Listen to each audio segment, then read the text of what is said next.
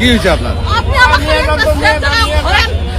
ধরেন ভাই। এই আপনার বাসা কোথায়? আপনার বাসা কোথায়? জগদল কোন জায়গায়? সতরনপাড়া গ্রামের নাম।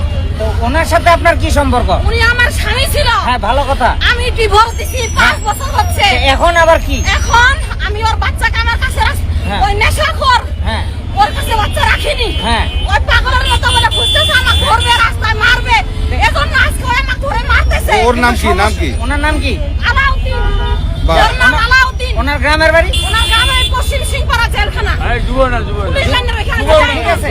তো এখন ঘটনা যে আপনারা এই যে রাস্তায় এইসব গ্যাঞ্জাম কেন ওই করতেছেন? আমাকে ধরছে, আমি জানি না এখানে আছে।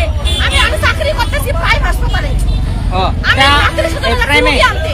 আচ্ছা ঠিক আছে, আপনি আপনার কাজে যান। তবে না, না, ওই বিশেষ আমার- করে ও এটা কি ঘরে- আমি বলি, ওরে আপনারা আপনারা ওই রাস্তাঘাটে নেশা খাচ্ছে, নেশা করিয়েন না। আমাকে টর্চার করছে। কথা আপনাকে হচ্ছে কি রাস্তা- কারণে ধরলো আজকে? আমার ধরলো হচ্ছে হ্যাঁ, ওইটাই কারণটা বলেন। আমার একটু পানি খাওয়ানো, আমার দম বন্ধ হয়ে যাচ্ছে। একটু পানি দেন তো, পানি। আমি বুঝতে পারি, যে পাশে আসেন সবাই এই পাশে বুঝতে পারি দিব আমি।